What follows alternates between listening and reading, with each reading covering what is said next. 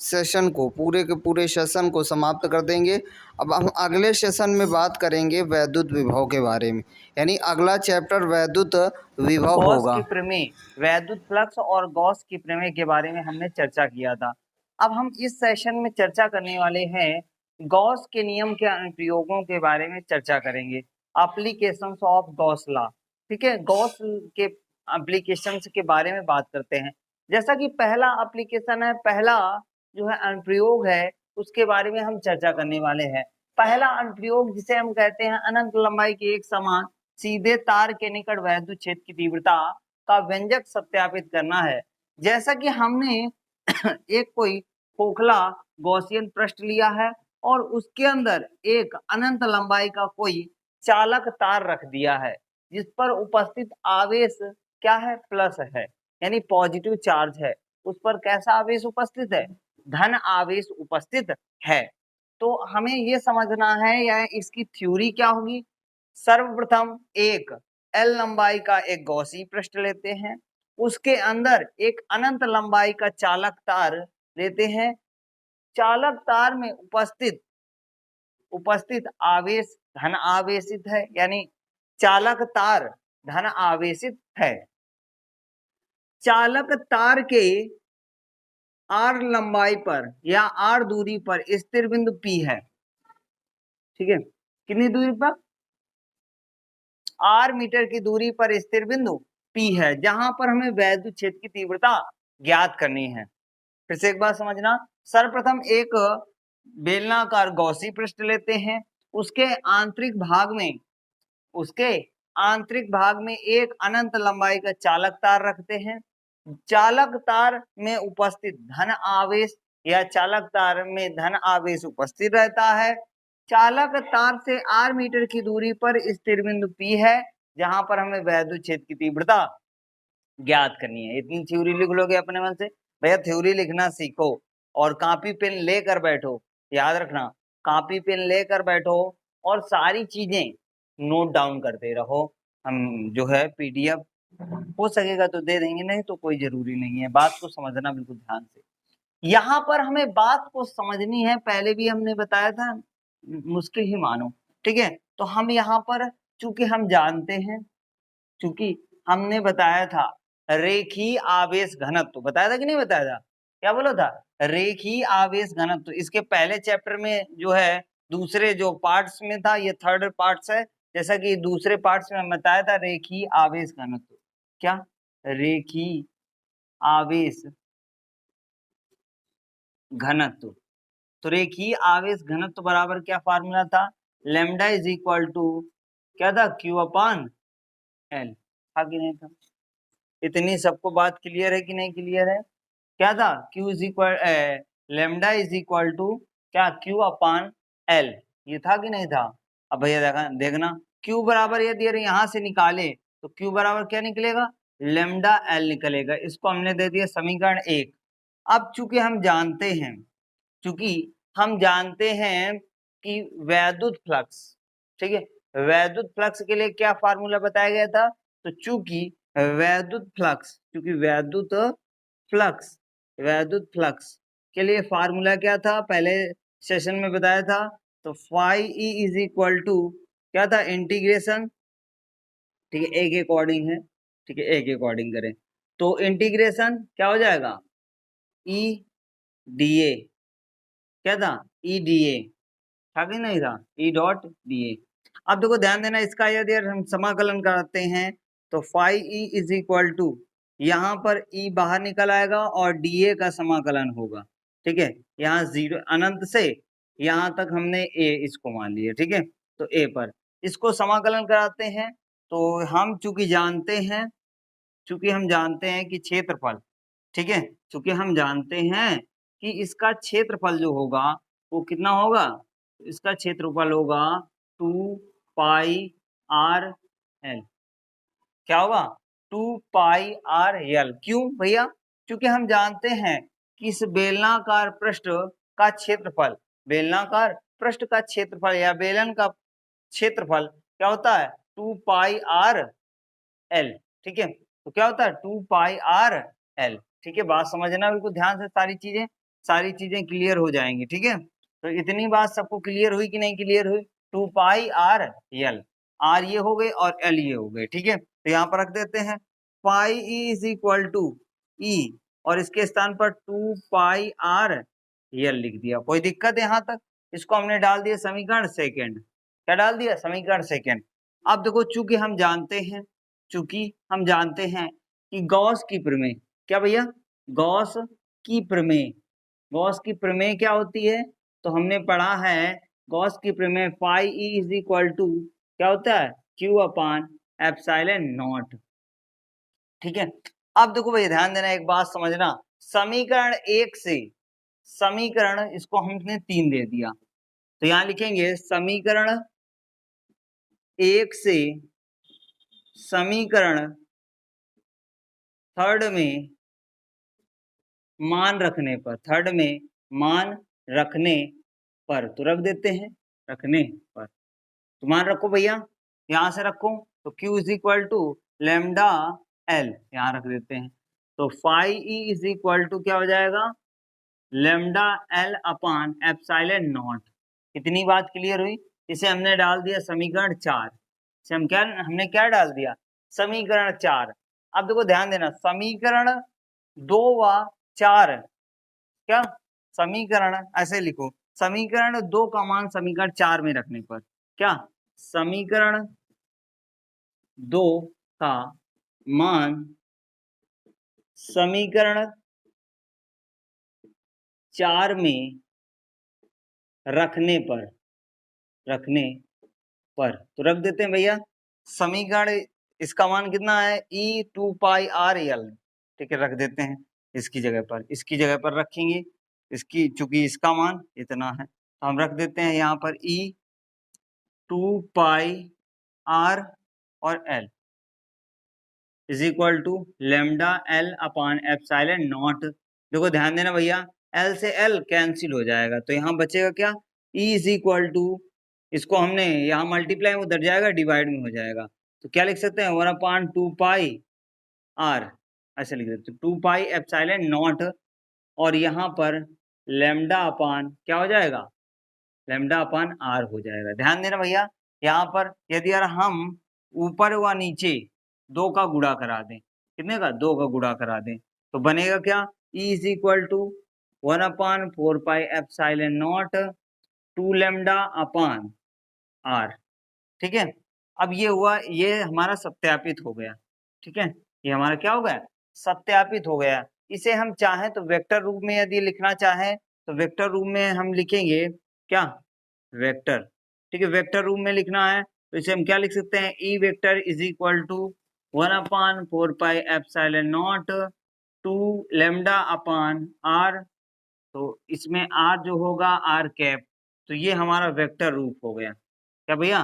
Vector रूप हो गया। यहाँ तक बात सबको क्लियर हुई? यहाँ तक इमेज आ रही है सभी की? यहाँ तक सबको बात बिल्कुल क्लियर हुई कि नहीं क्लियर हुई? यहाँ तक सबकी को बात क्लियर हुई कि नहीं क्लियर हुई? अब देखो, यहाँ पर एक एग्जाम में क्वेश्चन पूछता है, तो यहाँ पर आर कैप क्या है? तो आर कैप है क्या भैया? आर कैप है वेक्टर या एकांक वेक्टर, आर की दिशा में एकांक वेक्टर है, यानी आर कैप। तो अब हम यहाँ पर थोड़ा इसको रफ कर देते हैं, मैं स्क्रीनशॉट ले लो। ठीक है, इसको हम थोड़ा रफ करने वाले हैं, समझाने वाले हैं, एक बात को समझना जरा। देखो, यहाँ से इसके बाद एक क्वेश्चन पूछ सकता है। ठीक है, क्या क्वेश्चन पूछ सकता है?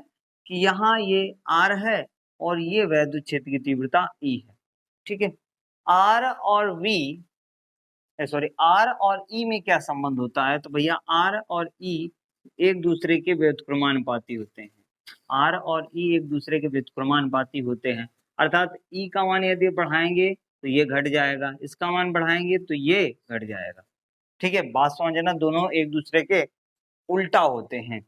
अब इसके लिए ग्राफिक डिजाइनिंग की यदि यार खींचे तो इस प्रकार से ग्राफिक डिजाइनिंग होगी, अर्थात ये एक दूसरे के समानुपाती हैं। ठीक है, यानी इक्वल नहीं है, दोनों एक दूसरे के व्युत्क्रमानुपाती हैं, जिसे उल्टा कहते हैं। पहली बात।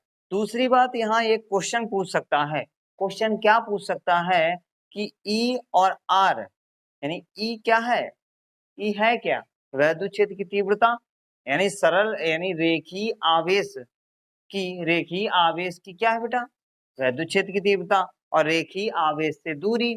ठीक है, रेखीय आवेश, समझना बिल्कुल ध्यान से, रेखीय आवेश की तीव्रता तथा रेखीय आवेश से दूरी का अनुपात क्या होता है, व्युत्क्रमानुपाती होता है।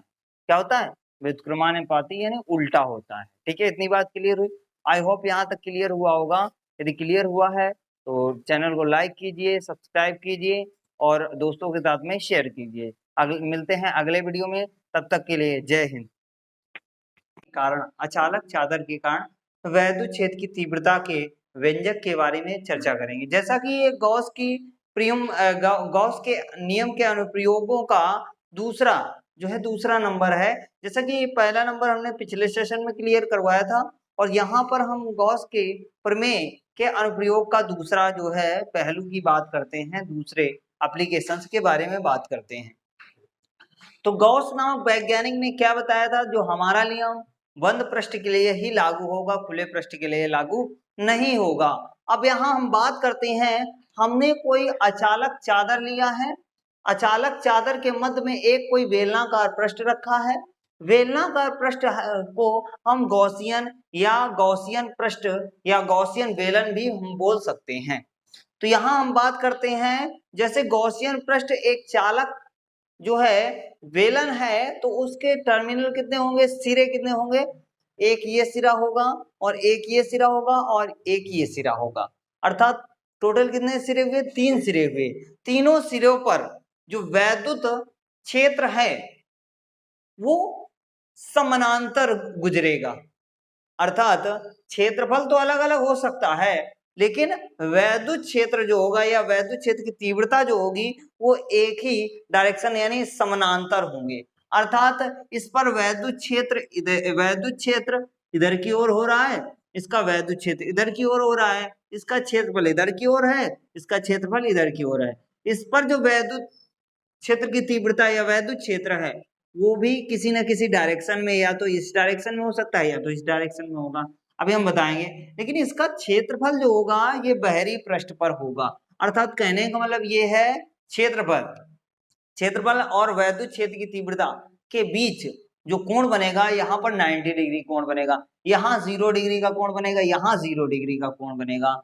तो इतनी बात क्लियर हुई। यहाँ पर सबसे पहले लिखेंगे, माना कोई अचालक चादर है जिसके मध्य में एक कोई बेलनाकार पृष्ठ रखा गया है, एक कोई बेलनाकार पृष्ठ रखा गया है। बेलनाकार पृष्ठ पर वैद्युत क्षेत्र की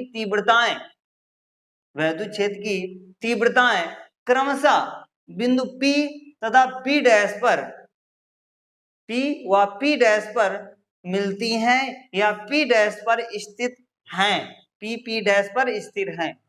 दूसरी बात, यहां हम बात करते हैं कि इनकी जो तीव्रताएं होंगी उन्हीं पर हमें वैल्यू फाइंड करनी है, अर्थात P और यहाँ P डैश, इन पर हमें वैल्यू फाइंड करनी है। तो सबसे पहले हमें क्या करना चाहिए कि हमें इनकी तीव्रताएं निकालनी चाहिए। कैसे तीव्रताएं निकालनी है, जैसे तीव्रता निकाल लोगे हमारा व्यंजक सत्यापित हो जाएगा। तो हम बात करते हैं चूंकि, यहाँ लिखना चूंकि पृष्ठीय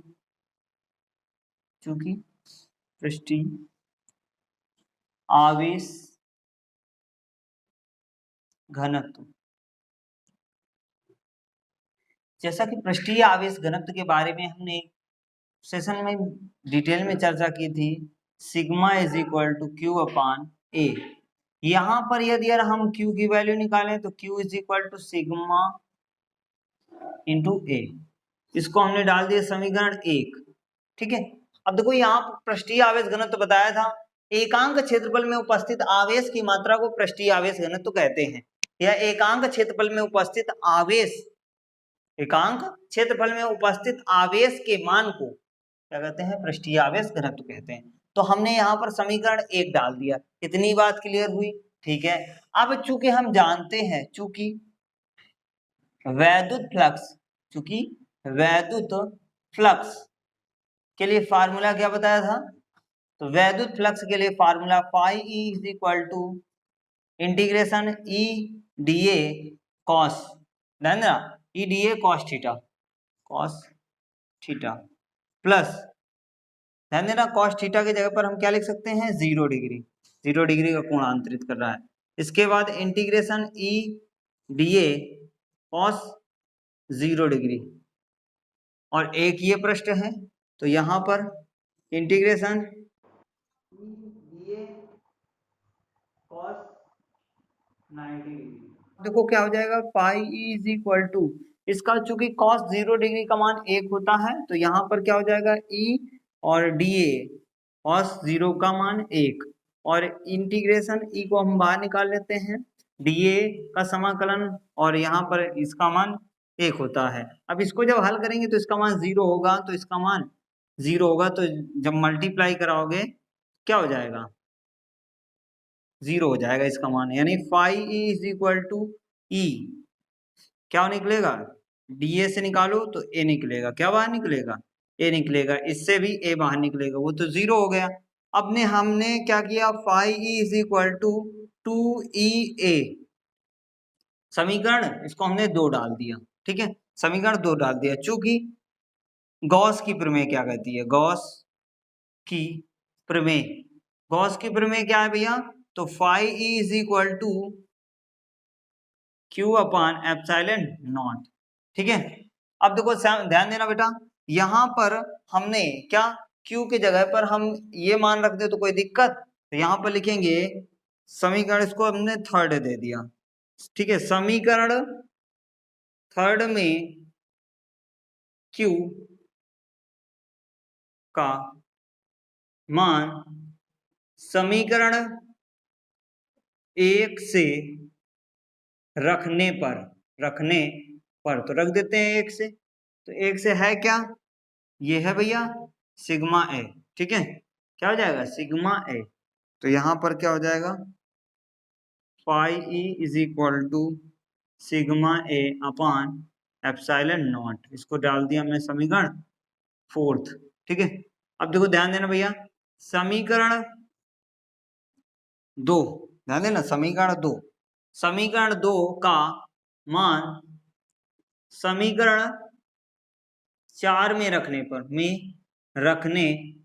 पर तो रख देते हैं भैया, तो यहां पर क्या हो जाएगा 2e a is equal to क्या हो जाएगा sigma A upon epsilon not. ध्यान देना बेटा, ये दोनों मल्टीप्लाई 2 और a मल्टीप्लाई में उधर जाएंगे डिवाइड में हो जाएंगे, तो e इज इक्वल टू क्या हो जाएगा sigma A upon 2a epsilon not. ध्यान देना a से a कैंसिल हो जाएगा, तो बचेगा क्या e is equal to sigma upon 2 epsilon not.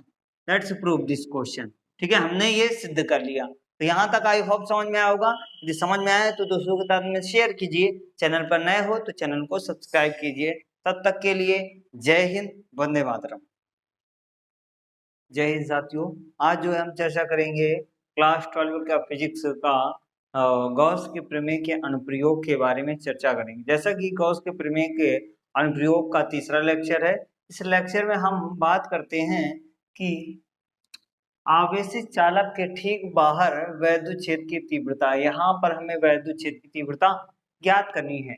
जैसा कि हमने पिछले सेशन में बताया था, ठीक है, अनंत आवेशित अचालक चादर के कारण वैद्युत क्षेत्र की तीव्रता, ठीक है, तो वो व्यंजक हमने क्या बताया था, व्यंजक हम याद दिला दें एक बार, तो हमने E बराबर क्या सिद्ध किया था, सिग्मा अपान एप्सिलॉन नॉट, सिद्ध किया था कि नहीं किया था, इतना सत्यापित किया था, ये सबको याद है कि नहीं याद है, सॉरी इतना था कि नहीं था, ठीक है, तो इतनी बात सबको क्लियर है ना। तो यानी अनंत आवेशित अचालक चादर के कारण वैद्युत क्षेत्र की तीव्रता E बराबर सिग्मा अपान 2 एप्सिलॉन नॉट, इतनी बात क्लियर हुई। अब देखो यहाँ पर हम इस प्लेट को समझते हैं, ये जो है यहाँ पर कोई बिंदु P है जहां पर हमें वैद्युत क्षेत्र की तीव्रता ज्ञात करनी है। ये कोई अचालक तार है या अचालक चादर है, ठीक है, अचालक चालक है यानी आवेशित चालक है, तो आवेशित चालक का पहला टर्मिनल ये है और दूसरा टर्मिनल ये है, अर्थात कहने का मतलब ये है पृष्ठीय आवेश घनत्व सिग्मा इधर है और सिग्मा इधर भी है, पृष्ठीय आवेश घनत्व सिग्मा है। अब दोनों पर आवेश उपस्थित है, क्या भैया दोनों पर आवेश उपस्थित है। यहाँ पर कोई बिंदु P है जहां पर हमें वैद्युत क्षेत्र की तीव्रता ज्ञात करनी है। अब देखो वैद्युत क्षेत्र की तीव्रता यानी दोनों ही तीव्रताएं एक ही दिशा में कार्य करती हैं, E1 और E2। तो यहाँ पर हम चूंकि हम जानते हैं कि चूंकि हम जानते हैं कि प्लेट, या लिख देते हैं चूंकि हम जानते हैं कि प्लेट एक के कारण प्लेट यहाँ पर लिखते हैं एक के कारण वैद्युत क्षेत्र की तीव्रता, वैद्युत क्षेत्र की तीव्रता वैद्युत क्षेत्र की तीव्रता क्या होगी, तो E1 बराबर 1/4πε0 तो होगा नहीं, क्योंकि हमने बताया था अनंत आवेशित अचालक चादर के कारण वैद्युत क्षेत्र की तीव्रता का व्यंजक क्या था, σ/2ε0। ठीक है। अब प्लेट बी यानी दूसरी प्लेट के लिए वैद्युत क्षेत्र की तीव्रता, तो प्लेट 2 के कारण वैद्युत क्षेत्र की तीव्रता, वैद्युत क्षेत्र की तीव्रता क्या होगी, तो E2 = σ/2ε0। ठीक है। अब देखो इसमें परिणामी वैद्युत क्षेत्र की तीव्रता ज्ञात करनी है। क्या बेटा, परिणामी वैद्युत क्षेत्र की तीव्रता, वैद्युत क्षेत्र की तीव्रता। ठीक है। तो परिणामी वैद्युत क्षेत्र की तीव्रता E वेक्टर बराबर क्या होता है, E1 प्लस E2 वेक्टर। ठीक है। अब इनकी कुल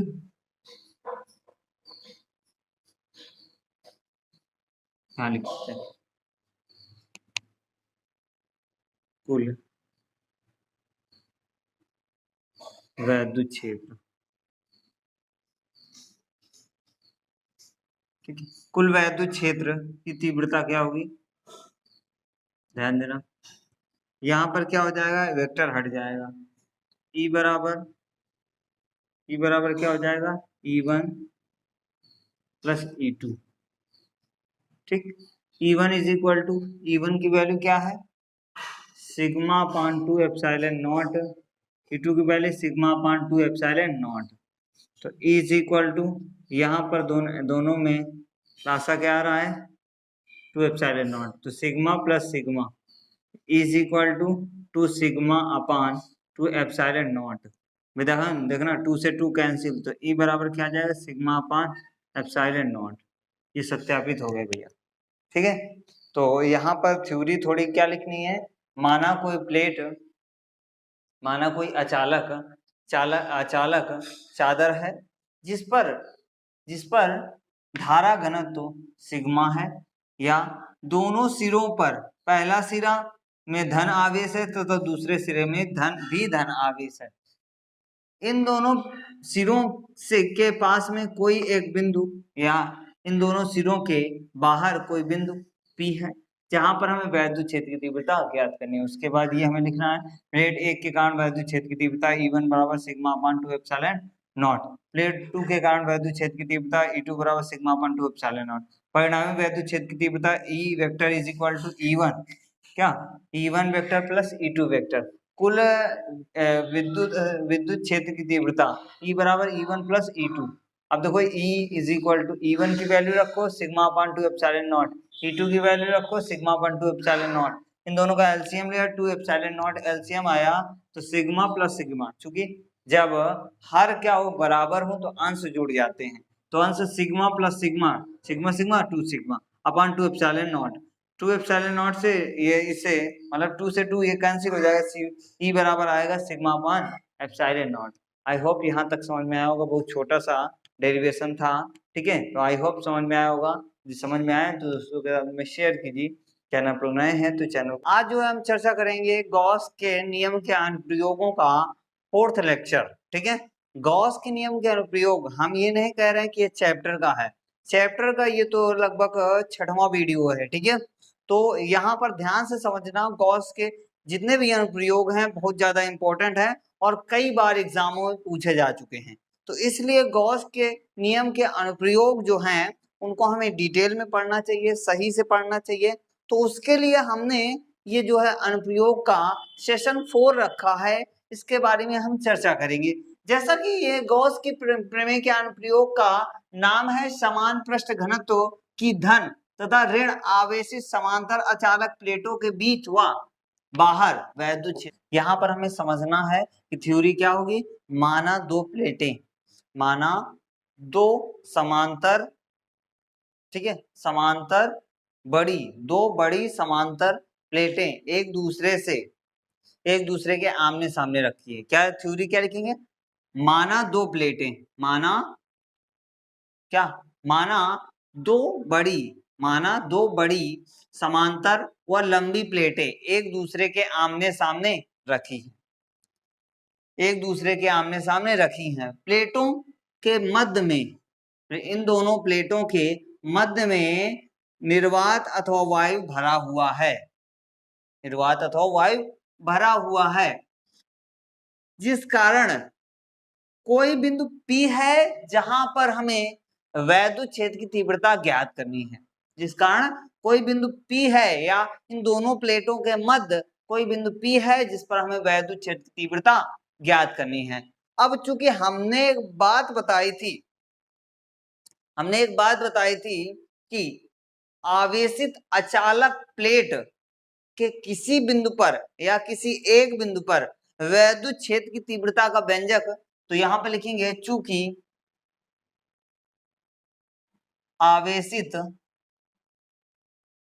आवेशित थ्योरी लिख लेना बेटा, आवेशित अचालक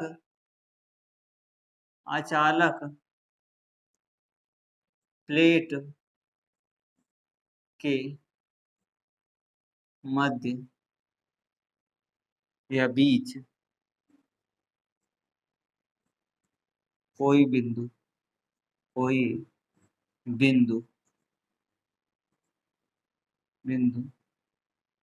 है जिस पर वैद्युत क्षेत्र की तीव्रता क्या होगी, E बराबर बताया था अचालक प्लेट के कारण वैद्युत क्षेत्र की तीव्रता, तो सिग्मा अपान 2 एप्सिलॉन नॉट। अब देखो एप्सिलॉन नॉट क्या है, निर्वात की वैद्युतशीलता। क्या है बेटा, निर्वात की वैद्युतशीलता। तो भैया देखो अब ध्यान देना, ये थ्योरी तो इतना जो है लिखना है, इसके बाद मेन थ्योरी अब स्टार्ट होती है। देखो प्रथम प्लेट द्वितीय प्लेट, ध्यान देना, दोनों प्लेटों के मध्य कोई बिंदु P है जिस पर हमें वैद्युत क्षेत्र की तीव्रता ज्ञात करनी है। तो ध्यान देना, पहली प्लेट एक व प्लेट दो के मध्य कोई बिंदु